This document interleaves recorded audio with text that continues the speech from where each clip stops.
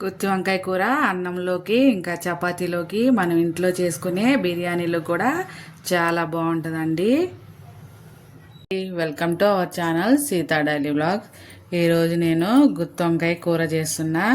First వంకాయని ఇలా కడుక్కొని పెట్టుకోవాలి.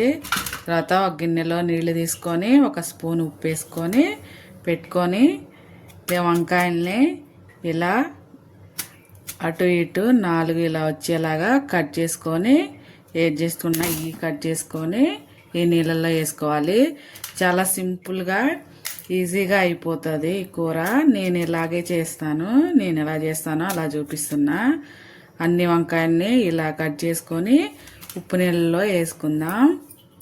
వంకాయలన్నీ ఇలా కట్ చేసుకొని ఉప్పు నీళ్ళలో వేసి పక్కన పెట్టుకుందాం. ఇప్పుడు మసాలా ప్రిపేర్ చేద్దాం. ఒక మిక్సీ జార్ తీసుకొని ఒక పెద్ద స్పూను నువ్వులు, ఒక స్పూను ధనియాలు, హోల్ గరం మసాలా, 4 లవంగాలు, చెక్క, యాలక్కాయ, కొబ్బరి, పల్లీలు కూడా వేసుకోవచ్చండి. కానీ పల్లీలు వేయట్లేదు, మీరు వేసుకోండి. ఇప్పుడు ఇవన్నీ కలిపి మిక్సీ పట్టుకుందాం.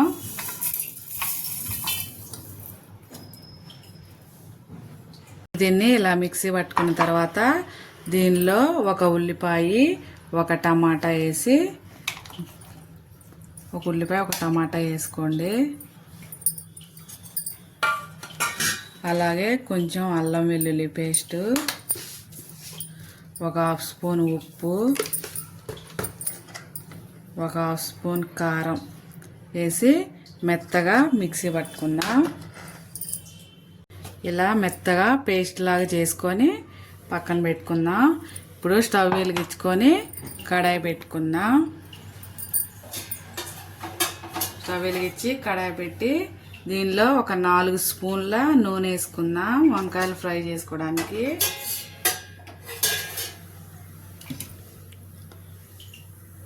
వంకాయల్లో నీళ్ళలో ఇట్లా దులుపుకొని ఇప్పుడు నూనెలో ఫ్రై చేసుకుందాం.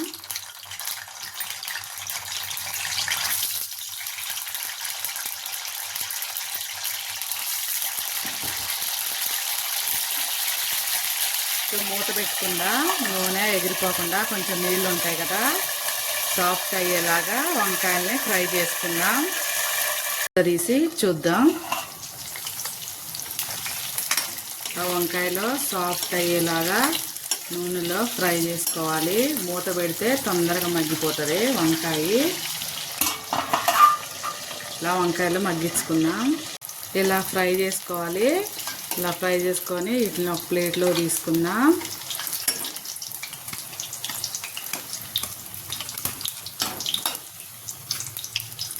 ప్లేట్లో తీసుకొని పక్కన పెట్టుకుందాం. అదే నూనెలో ఒక హాఫ్ స్పూన్ జీలకర్ర వేసుకుందాం. అలాగే ఒక పచ్చిమిరపకాయ వేగాక మనం పేస్ట్ చేసి పెట్టుకున్న ఈ పేస్ట్ వేసుకొని దీన్ని బాగా మంచిగా నూనెలో ఫ్రై చేసుకున్నాం. నూనెలో బాగా ఫ్రై అవ్వాలి. చూద్దాం. ఇప్పుడు ఇలా నూనె పైకి వచ్చేలాగా ఈ పేస్ట్ ఫ్రై అవ్వాలండి. ఎందుకంటే మనం అన్ని పచ్చియే కదా వేసుకుంది, అందుకనే ఇలా బాగా ఫ్రై అయిపోయాక ఇందులో 2 టేబుల్ స్పూన్ల చింతపండు రసం వేసుకొని అలాగే గ్రేవీకి సరిపడా 1 గ్లాసు నీళ్ళు వేసుకోవాలి. మీకు గ్రేవీ ఎక్కువ కావాలంటే ఎక్కువ వేసుకోండి, తక్కువ కావాలంటే తక్కువ వేసుకోండి. ఇప్పుడే ఉప్పు కారాలు సరి చూసుకోండి మీ టేస్ట్ తగ్గట్టు. ఇది కొంచెం మరగనిద్దాం. కొంచెం మరిగాక అప్పుడు మనం ఫ్రై చేసి పెట్టుకున్న వంకాయలు వేసుకుందాం. మరుగుతున్నప్పుడు మనం ఫ్రై చేసి పెట్టుకున్న వంకాయలు వేసి కలిపేసి మంటనే సిమ్లో పెట్టుకొని మూత పెట్టి ఒక 5 నిమిషాలు ఉడికిద్దాం.